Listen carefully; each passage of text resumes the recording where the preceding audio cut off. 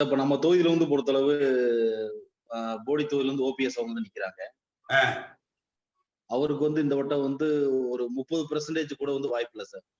30% கூட வாய்ப்பு இல்லையா? வாய்ப்பே கிடையாது சார். ஜெயிக்க மாட்டாரா? வாய்ப்பு இல்ல சார். ஏன்? இன்னைக்கெல்லாம் வந்து பார்க்கும்போது தங்க தமிழ்ச்செல்வன் அவங்க வந்து அவங்களுடைய கேன்வாசிங்கே வித்தியாசமா போயிட்டு இருக்கு. ஆ. 2வது என்ன அப்படி பார்க்கும்போது, சமூக ரீதியா வந்து பார்க்கும்பொழுது, தங்க தமிழ்ச்செல்வங்களுக்கு வந்து வெற்றி வாய்ப்புங்கிறது பிரகாசமா இருக்கு சார் போடி தொகுதியில. ஆ. அது இன்னொன்னு போது தேனி மாவட்டத்துல வந்து மிகப்பெரிய அளவுக்கு ஏடிஎம்கேங்கிறது ஒரு சீட்டு கூட வரதுக்கு வாய்ப்பு இல்ல சார். என்னங்க ஏங்க தேனி தாங்க கோட்டை.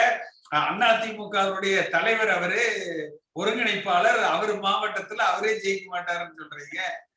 சார் இது இப்ப என்ன ஆயிடுச்சு அப்படி பார்க்கும்போது சமூக ரீதியா வந்து ஓட்டர் 2 பேரும் முக்குளத்தோர் தானே. தங்க தமிழ்ச்செல்வனும் முக்குளத்தோர், ஓபிஎஸ் முக்குளத்தோர் தானே. அதுதான் போடியில வந்து பார்க்கும்போது இப்ப அதுவே ஒரு 2 டீமா மரவரா கல்லறானா இந்த மாதிரி வந்து மாறிடுச்சு சார். ஆ. இதுல வந்து பார்க்கும்பொழுது இப்ப உங்கள மாதிரி மரியாதை அதாவது சொன்ன மாதிரி அந்த கட்சியில முக்கியத்துவம் வந்து கொடுக்காம வந்து நிறைய பேர் விலகி நிக்கிறாங்க. ஆ. அப்ப அவங்களே வந்து பார்க்கும் பொழுது மிகப்பெரிய அளவுக்கு வந்து ஃபீல் பண்ணிட்டு இருக்காங்க. நீங்க பழசு தங்க தமிழ்ச்செல்வன் திமுகவுக்கு போறேன் அப்படிங்கிற காலத்துல புதிய தலைமுறையில நான் பேசியிருப்பேன், எடுத்து பாருங்க. அதாவது சரி. தங்க தமிழ்ச்செல்வன் அதிமுகல வந்து சேர்றேன் அப்படின்னு சொல்லி கேட்டாரு, அவரும் செந்தில் பாலாஜியும். நான் சரி. ஓபிஎஸ் கிட்ட பேசினேன்.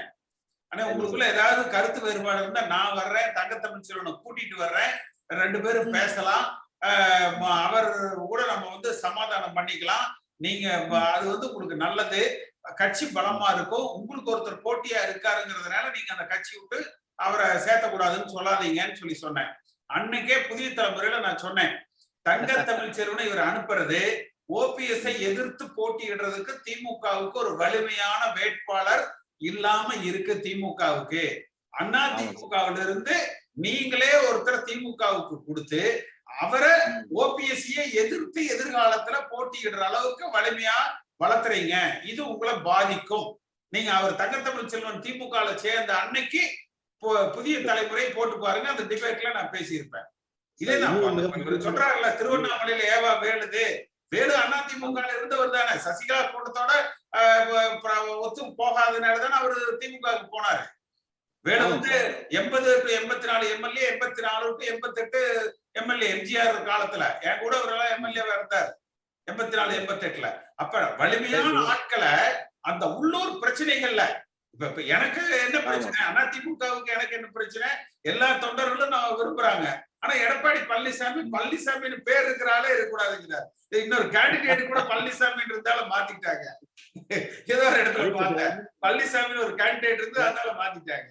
2வது கோயம்புத்தூர்ல வேலுமணி வந்து கரெக்டா கலெக்ஷன் வாங்கி கொடுக்கறது அவருக்கு இதான ஆட்கள். நம்மள எம்ஜிஆர் காலத்துல இருந்து இந்த கட்சியில வந்தவங்க, நம்ம எம்ஜிஆர் காலத்துல இருந்த போது அவங்க எல்லாம் குண்டு விளையாட்டு இருந்த பசங்க வந்து நம்ம எப்படி அவங்கள பின்னாடி போய் வந்து அவன் சொல்றதெல்லாம் அவன் செய்யற தப்புகள்லாம் நம்ம ஏத்துக்க முடியுமா என்ன சார்? இப்ப ஒண்ணுமே இல்ல சார். இப்போ உங்களை மாதிரி நாட்கள்ல வந்து இப்ப வந்து பார்க்கும்போது இப்போ 3ஆ பிரிஞ்சு இருக்கிறது ஒன்னா இருந்தீங்க அப்படின்னா 234 தொகுதியில 3வது முறையுமே வந்து நம்ம ஆட்சி வந்திருக்கலாம். இப்ப பாருங்க அமமுகன்னு சொல்லிட்டு வந்து தனியா ஓட்டு பிரியுது சார். அதே மாதிரி வந்து பாதிப்பு இருக்குங்களா தென் மாவட்டத்துல? அமமுகனால பாதிப்பு இருக்கா இல்ல அதனால ஒண்ணும் பாதிப்பு இல்லையா சார்? அமமுக வந்து பார்க்கும் பொழுது வந்து குறைஞ்சபட்ச தென் மாவட்டத்துல வந்து ஒரு 15 to 18% ஓட்டுவாங்க சார். 15ல இருந்து 18%? 15 to 18% அவர் நல்ல ஒரு செல்வாக்கு இருக்கு. சரி, இல்ல அது வந்து திமுகவுக்கு போற ஓட்டு தானே. எடப்பாடி பிடிக்காம திமுகவுக்கு போற ஓட்டை தினகரன் வாங்கி குறைச்சிருவாருன்னு தானே சொல்றாரு எடப்பாடி பழனிசாமி. சார் உங்களுக்கு அவர் வந்து கள நிலவரம் வந்து தெரியாம வந்து பார்க்கும்போது அவர் பேசியிருக்காரு சார். எல்லாமே ஏடிஎம் போட்டுதான் சார் புரியுது. நம்மளுக்கு பொறுத்தளவு டிஎம்கே ஓட்டு எப்பவுமே பிரியாது சார். இப்ப ஏடிஎம்கேல வந்து இருக்காங்க பாத்தீங்களா, அந்த ஏடிஎம்கே ஓட்டுதே வந்து பார்க்கும்போது ஒன்னும் தங்க தமிழ்ச்செல்வன் உங்களுக்கு வருது, இன்னொரு பக்கம் வந்து முத்துசாமி போகுது. அப்ப வந்து பார்க்கும்பொழுது இந்த இடத்துல வந்து பார்க்கும்பொழுது இப்ப பிள்ளைமார் ஓட்டும் அப்படி வந்து சரிசமா வந்து ஃபுல்லா பிரியுது சார். அந்த வேளாளர் பட்டம் வந்து கொடுத்தாங்க பாத்தீங்களா, அவங்களே வந்து பார்க்கும்பொழுது வந்து போர்டு எழுதி போட்டிருக்காங்க, யாருமே உள்ள வராதீங்க, தெருக்குள்ள உள்ள வராதீங்கன்னு சொல்லி போர்டு எழுதி போடுறாங்க. இன்னொரு பக்கம் வந்து பார்க்கும் பொழுது அவங்களுக்கு கொடுத்துட்டாங்களா? அவங்க கோரிக்கை கேட்டதை கொடுத்தாச்சு இல்ல? யாருக்கு சார்? தேவேந்திர குல வேளாளருக்கு. இல்ல சார். இங்க நம்ம பிள்ளைமா இருக்காங்கல்ல சார். அந்த பிள்ளைமார் வந்து அவங்க எகென்ஸ்டா போறாங்க. எங்களுடைய பட்டத்த எதுக்கு நீங்க மத்தவங்களுக்கு குடுக்குறீங்க? ஆ. அதுவே மிகப்பெரிய டிராபிக் சார் தேனி மாவட்டத்துல. ம். ஆனா ஈஸியா ஜெயிக்க வேண்டியது ம். முழுக்க ஒரு 140 டு 150 தொகுதி வந்து டிஎம்கே வந்து தாரவாக்க போறாங்க சார் ம். தமிழ்நாட்டுக்குள்ள.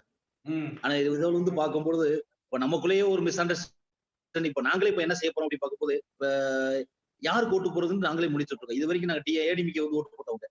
ம். ஏடிஎம்கே வந்து ஓட்டு போட்டவங்க. ஆ. இன்னைக்கு பிஜேபிங்கிற ஒரு கட்சி வந்து உள்ள நுழைஞ்சு ம். 2வது வந்து பார்க்கும்போது இவங்க சுயமா முடிவெடுக்க மாட்டாங்களா சார்? ம்.